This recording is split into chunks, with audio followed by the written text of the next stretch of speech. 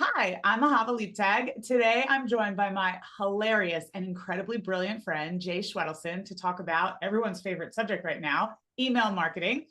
He knows so much about email, it's crazy.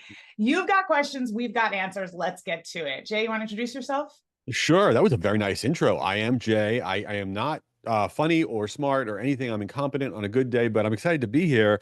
And I love email because it works. It costs like nothing to do. Everybody could do it. It's stupid proof. And there are little things that you could do to be a game changer. I have a website, subjectline.com, that is free. You can't pay me if you wanted to. Check that out. I do a bunch of other stuff, but who cares what I do? Let's give the tips away. This question is about ROI. And, for healthcare marketers, they're constantly getting hammered on this question. People often think of money in and money out with ROI, but there's so much more to think about: time, brand awareness. What's your advice? How do you measure ROI for email? And again, So, think about from a yeah, healthcare marketer's perspective, they're not selling shoes. They're right. trying to build brand awareness and make that brand top of mind in case people need that kind of healthcare. Yeah, and in general, I think attribution is garbage. I really do. Everyone's like, "Oh, I did this search ad. That's where this person came from. I did this email and they clicked on it. That's where they came from. I did this whatever and that's where they came from." It's ridiculous. That's not the world that we live in, especially for something that's a long sales cycle, like in healthcare, right? And so what you want to think about is marketing is surround sound.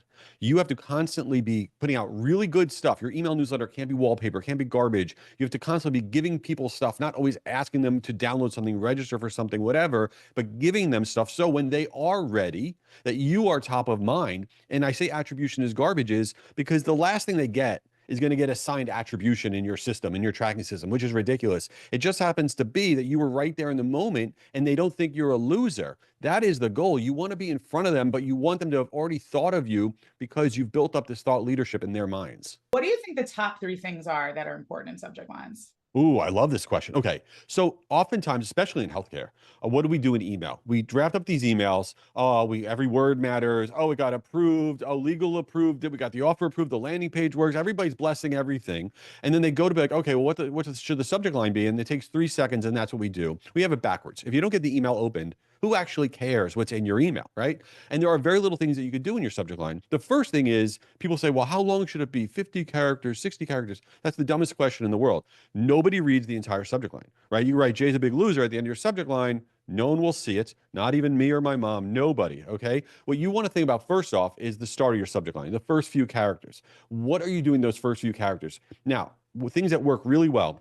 Start your subject line with a number 7, 3, 9. The 5 things all healthcare pros need to know. You start it like a listicle. You put that number there, it stands out just a little bit. And when people are doing that social scroll, it will actually help to lift your email open rates by about 20% just by starting your subject line with a number. Another one is brackets. Start whatever your offer is, whatever things you're promoting, you put in brackets: just released, new, just in, event, whatever. You put it in between brackets, and that's how you start your subject line, and it carves it out, and people will see it. That also will give you a boost in open rate. And the other one is capitalizing the first word or phrase, all the letters. So if it says new, all 3 letters, any W would all be capitalized. And again, it's all about standing out.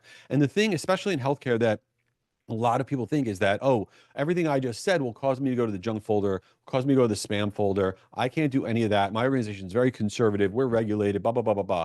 That is information from 10 years ago. You don't go to the junk folder or spam folder in Outlook, in anything else, because of the content of your subject line. You could put emojis, exclamation marks, anything you want, brackets. You're going to the junk folder or spam folder because you don't have engagement with the people you're marketing to. That's the issue. And the irony is, by doing these things, it will generate the opens and clicks and activity that will get you the engagement. So not only will these not cause you to go to the junk folder, spam folder, it'll actually help you stay out of it. And the other thing to put in your mind, on average, I don't care how big or small your company is, the biggest brands in the world, 20% of all email, promotional email that goes out, newsletters, whatever, will go to the junk and spam folder, not because they're bad senders, but there are burps in the internet. Things happen, okay? So if your email goes to the junk folder, it's not the end of the world. It doesn't mean you stink at your job. It doesn't mean you put free in the subject line, and that's the reason. None of that is true. So yeah, that's a lot. No, but that's great. So what I heard is numbers, odd numbers, brackets, and capital letters. And I'm going to throw one more tactic in there that for me is my number one. I'll give you my number one subject line tactic to do. And that is personalization, but not the boring kind. So we think about email personalization, the subject line. We always think about J comma, check this out. Okay. And that's what we think about personalization in the subject line.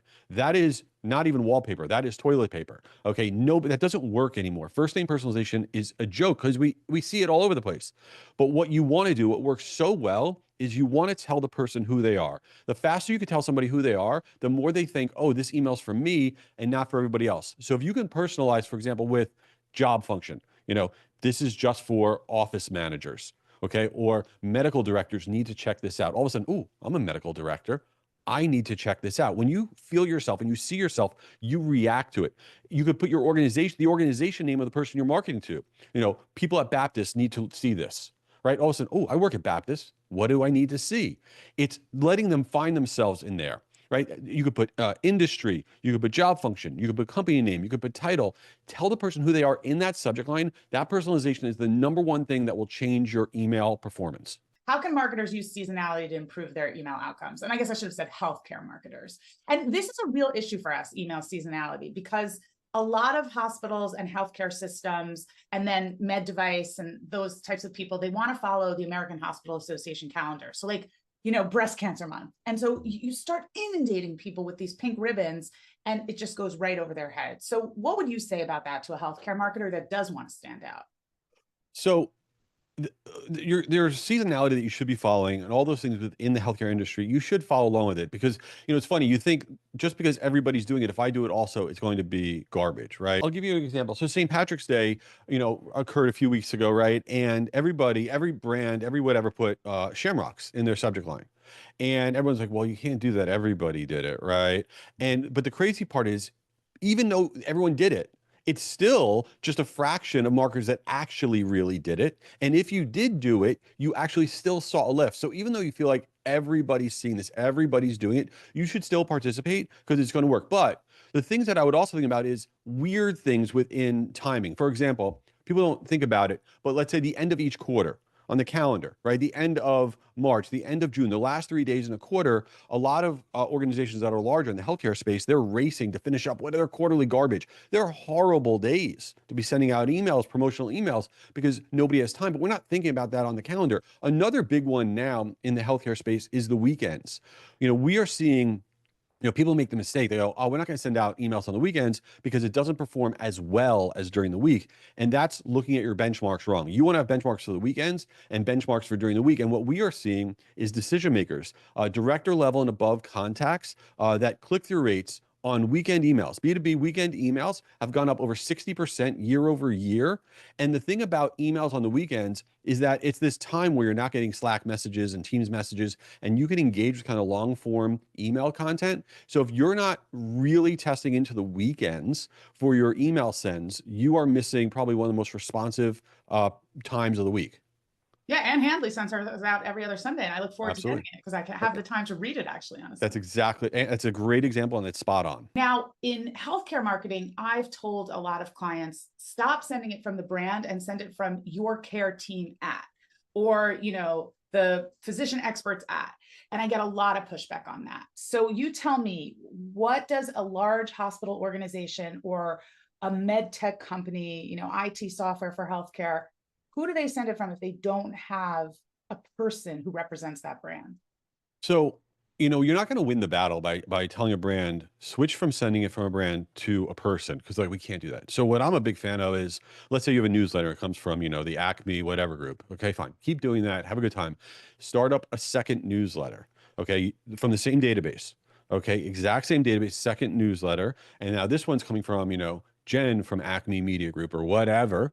All right. And have that newsletter written in more of a personal tone. Maybe it talks about different thought leadership. Maybe it's a totally different format, more concise, whatever it is. Okay. And it allows you to do two things. Number one, it gets you a second bite of the apple, which is great. Okay. Number two, it starts to have this person tone, this human tone, and people will actually even reply to that email, think they're interacting with a person. And then what happened, it doesn't necessarily have to actually come from a person. It just needs to be written a little bit more like a human. Okay. And it comes, it would say, Jen and then FROM, Acme. And that's what it would say in the from name itself. And it's a win because that is where we're headed. This tidal wave of AI generic garbage, nobody's reading the brand newsletters anymore. They're reading newsletters, email newsletters that are coming from a human. And oftentimes people say, well, what if Jen leaves? right? Oh no, what happens in newsletter? Who cares? Now it's coming from Steve. No one's paying attention to anything. Nobody cares. Okay. So, don't get in the weeds on it, but you got to play the game differently, and spot on. We are in a world now where we want to connect with humans, not with just these brand accounts that nobody cares about. Okay, but I want to challenge you on that. You're Yeah. saying if Jen leaves, who cares? It's going to be Steve. If Ann Yeah. Handley or Ahava Leap Tech stop publishing from their email address, people aren't going to read it. They're just Yeah. not. And I think that it depends on the business, right? So if you are a business like yours or something like Ann's where you are the business to a certain extent, your brand and you're one and the same, right? Maybe If for you her that's true, but for me, like I guess I could elect a well, different thought leader in my your organization. name is actually the brand. So I don't know what you're talking about. So it makes no sense. But I'm saying, let's say you're like Baptist Health. Okay. It's not going to come from Baptist, Steve Baptist. That's not a human. Okay. That's where you can play the game of Jen from whatever, and then they leave, and now it's Steve from whoever. Obviously, you or Ann or something like that. If you guys leave, then smell you later. That's over. Have you seen anybody make an incredibly grievous mistake with their email that you're like, what were you thinking? What's funny about that question? The number one type of email that gets opened that has the highest open rate are oops emails, where a brand sends something out and then like 5 minutes later goes, the subject line says, oops, They've we didn't started have the doing that right on link. purpose. I believe that they've started doing that And on so purpose. that's what I was about, that's exactly what I would say. So first of all, we're all horrible people because we all open the oops email because like, ha ha ha, they screwed up. I can't wait to see how they screwed up. We're terrible human beings. And it has like on average like 60% open rates on those emails. But works incredibly well now because we're all terrible are subject lines that say things like oops, yikes, and uh-oh. So for example, you could start your subject line and say, uh-oh, you're about to miss this amazing webinar, or yikes, you scrolled past this last time, where you're actually using that kind of psychology that we're so accustomed to looking at that. It works incredibly well. And people screw up on emails all the time. I do for sure. And it's okay. Everyone's like, oh, it's not ready. It's not perfect. It's not, just send it. Nobody cares. So I have a story that I'd like to tell you, and I'd love to Ooh, get your feedback on it. okay. So I've been writing a lot more thought leadership in my emails, longer form content. And an email I did about a month ago. So I'm reading all the Pulitzer Prize winning novels because I want to be as depressed as possible. Wow. Look at you. Very impressive. I want to become a better writer, a better storyteller, and I want to learn more about American history. And that's why I took on this project. So I wrote an email about this and I talked about how I'm jealous all the time. And I really am, because these writers are just extraordinary, and I want to be that good. And I kind of don't think I ever will be. So not to sell myself short, but No, you're great. Let's be honest. The way our content strategy works is that goes out in an email, and 2 weeks later it goes out on LinkedIn as a LinkedIn, newsletter. I got some really nice feedback from it. Like, people responded through the email, but the amount of feedback we got on LinkedIn from it was just huge. And I know that a lot of the people that commented on LinkedIn read and are subscribed to the newsletter. So I was wondering, what's the difference between sending it out an email and sort of wanting people to engage with me on the email and like say like, oh, I agreed with you, or oh, I disagreed with you, or oh, you're crazy for doing this project, or whatever it is, versus like tons of people responded on LinkedIn and it got so much traction there. So what's your thinking on that? So I would say two things. Number one, no matter what we say, I'll reply to this email or at the bottom of the newsletter, let me know what Nobody you thought, does. whatever. Nobody does. We have not been wired to respond to emails. Like, we're only wired to respond to emails that are one-to-one. So it doesn't surprise me that you don't get a lot of reaction there. Whereas on LinkedIn, I mean, that is the core of how LinkedIn works. And I give you a lot of credit because I think people are sleeping on, it doesn't matter if you're a giant brand, a small brand, an individual, whatever, to not have a LinkedIn newsletter is a giant mistake. And let me explain why for a second. Everybody should have one. I mean, literally everybody. People don't understand how LinkedIn newsletters work. When you go on LinkedIn and you do a post and you change it to there's a way you could just change it to a newsletter post. It's not a regular post. When you do that the first time, the very first time that you do it, whether it's on your brand page or the individual page, you'll publish your newsletter. But because you published one newsletter on LinkedIn, every single person that you are connected with, or every single person that follows your brand page, gets invited to subscribe to your newsletter. And every single person in the future that you connect with or follows you or your brand page gets invited to subscribe to it. Now, here's the secret sauce. If you never publish a newsletter again, okay, just did that one time, it's still going to invite everybody. So if you do one today and then you wait 3 years, okay, to do another one, you will have thousands of people subscribed without you doing anything, and it's free. And then when you do publish one, it gets published on LinkedIn, and then an email gets sent out from LinkedIn of your newsletter with 100% inboxing rate because it's LinkedIn. So I'm a big fan of them. Yeah. But there's a lot of other ways now that marketers are sort of thinking about how to get in front of audiences. Is there any other channel that you think that people really should be looking at besides email? Because Yeah. I would love to hear your opinion on this. Yeah, well, first off, I think you shouldn't check the box, meaning, and I've fallen victim of this, where I'm like, oh my God, there's all these cool things. We should be posting everywhere. We should have a presence everywhere. And then what we do is we go really thin. We do a half-baked job on every platform. And so I rein that in for my own business where we're locked in on channels trying to go deep because then we could actually have a presence there, do it the right way and all that. Like we go deep on LinkedIn, for example, not just email, whatever. So do But we. It's email and LinkedIn for us. Like we don't even bother with Instagram anymore. That's where our buyers are. Yeah, well, I will tell you that our North Star right now, I actually just built out a YouTube studio in my offices. YouTube is not only now, but is going to be at the core for business to business marketing and getting content out there and growing that following. To me, YouTube is the number one focus I have for at least the next 12 months for and short form video at that. And the reason being is a fewfold. Everybody's there. The majority of podcasts are now listened to on YouTube. And so this idea of short form video, I believe YouTube, but short form video in general, other than email, other than LinkedIn, I would say put all of your energy behind that. When I'm scrolling through YouTube shorts, I don't want to watch you and I talking. I want to watch like, funny memes and people making fun of things and, old friends clips. So talk to me about how, if you were to embrace that kind of strategy as a B2B marketer, you would approach that knowing that, is that really how people want to consume information when it comes to business? So I've been doing YouTube all wrong, which is why we're restarting. Because I think what the majority of businesses do is they say, oh, we have this video content, let's put it up on YouTube and let's hope the algorithm kind of picks it up. People watch it, we'll send it around to some people. And that's what I've done, right? All of our podcast episodes, whatever. But YouTube is like everything else. And it's like You got to TikTok play is the too. game. You got to really play the game. You Yeah. got to understand what has to be on your tile art, what has when you release it, the exact length, what is the impact of listicles, all of it. And it is a game. And then we even though you don't consume it right now, maybe I don't consume it that way right now, we will. We are all heading there. And what I'll tell you, just like the same way it is for your email newsletter or following on LinkedIn, I'm a big believer is you don't do something because you understand what you're going to do with it right now in your business. It takes time to build up followers on LinkedIn, to grow your newsletter, do all this stuff. And then, a year, 2 years from now, when you've built it up, oh my God, I know exactly what I want to do with it. I have a following there.